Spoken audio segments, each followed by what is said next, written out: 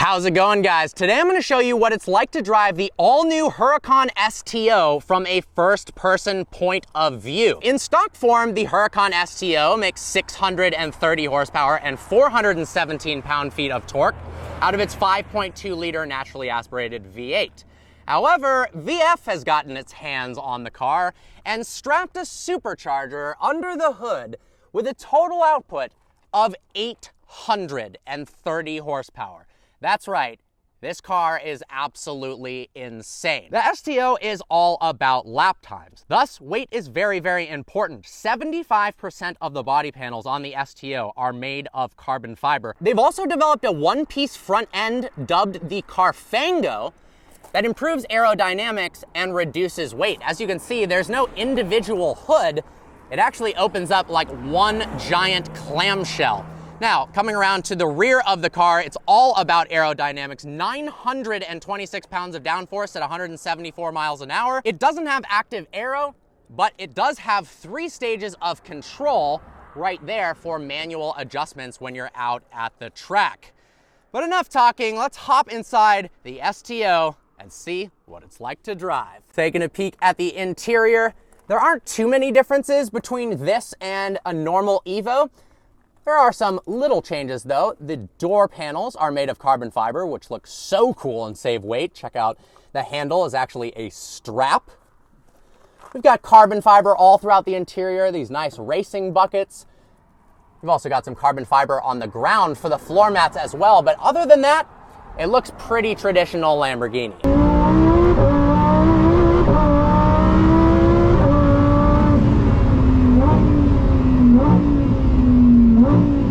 Levels of grip and confidence that you get despite the fact that this car is rear-wheel drive is unbelievable. That massive rear wing produces so much downforce and you really do feel it, and that shark fin that connects to the wing actually provides a sideways force that limits yaw, so it prevents the car from snap oversteering more quickly. I thought this was going to be a terrifying experience behind the wheel, but it actually is relatively civilized.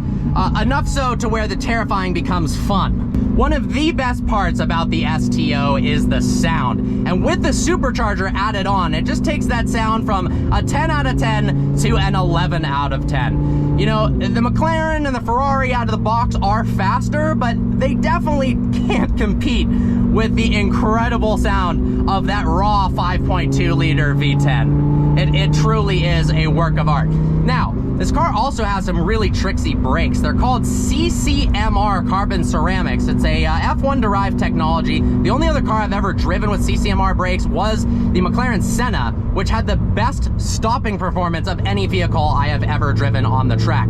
They've got dedicated brake coolers in this vehicle. They also lengthened the pedal throw, so you've got a little bit better control and modulation of the brake, but you can smash this time and time again.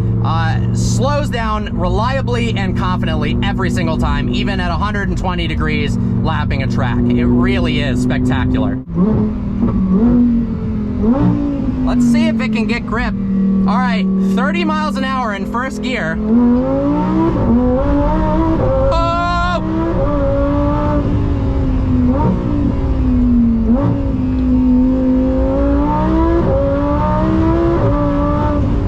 Oh my God, it's violently fast. It is scary fast.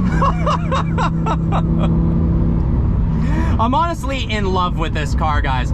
It is so raw, yet it has this quality feeling about it that it is almost hard to explain. Typically with carbon fiber, monocoque, race car-esque vehicles, like something like a Ford GT, you hear all these rocks bouncing off the chassis, and honestly, at some points, it feels a little like a tin can, almost cheap in some ways because there's so much road noise.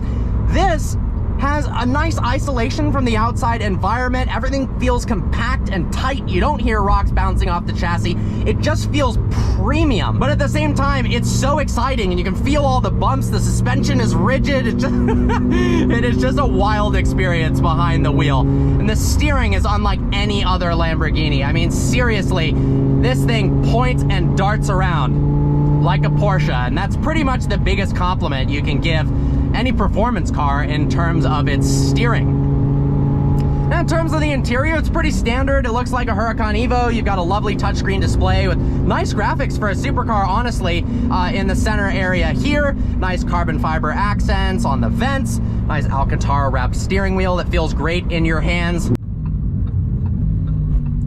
Wow, the turning radius is phenomenal in this car because of that rear wheel steering and the rear wheel drive. Honestly though, it is such a blast to drive. The performance is unbelievable. Even in stock form, this thing is incredibly impressive. And I hope they run the Nürburgring soon and come up with a lap time that beats the AMG GT Black Series, because I think this actually has that in it.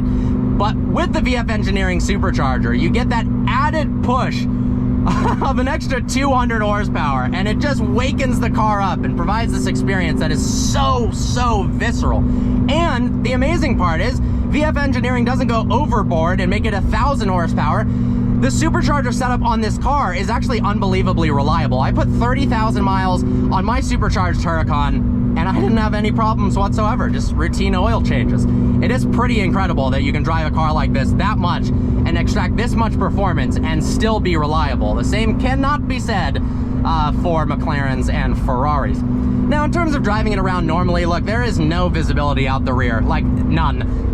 Looking over your shoulder to make a lane change to the right is pretty terrifying. There's no storage space behind the seats. There's no storage space in the front trunk, so you really couldn't daily drive this car. I like to try to bend the rules and say that pretty much anything's daily drivable, but this really is at the point where it's not. But it's a fun car to drive on the weekends and then to drive to the racetrack. And once you're at the track, you're gonna have the absolute time of your life. Seriously, it doesn't even feel too much. If you're a Huracan STO owner and you wanna get a little bit more power out of your car, but you're worried that maybe the supercharger is too much power for a rear-wheel drive car, it's absolutely not. You can floor it in first gear and it gets grip and it just pulls and pulls and pulls like a freight train from there. And because of the aerodynamics, as well as the added cooling from that roof scoop above me, it doesn't suffer from any sort of heat soak, and it actually pulls faster at higher speeds than the previous Huracan did because of that additional cooling. So you've got relentless acceleration up until absolutely ridiculous speeds. All right, I'm gonna let you listen to this engine again because it really is too good. Get a little bit of a straightaway.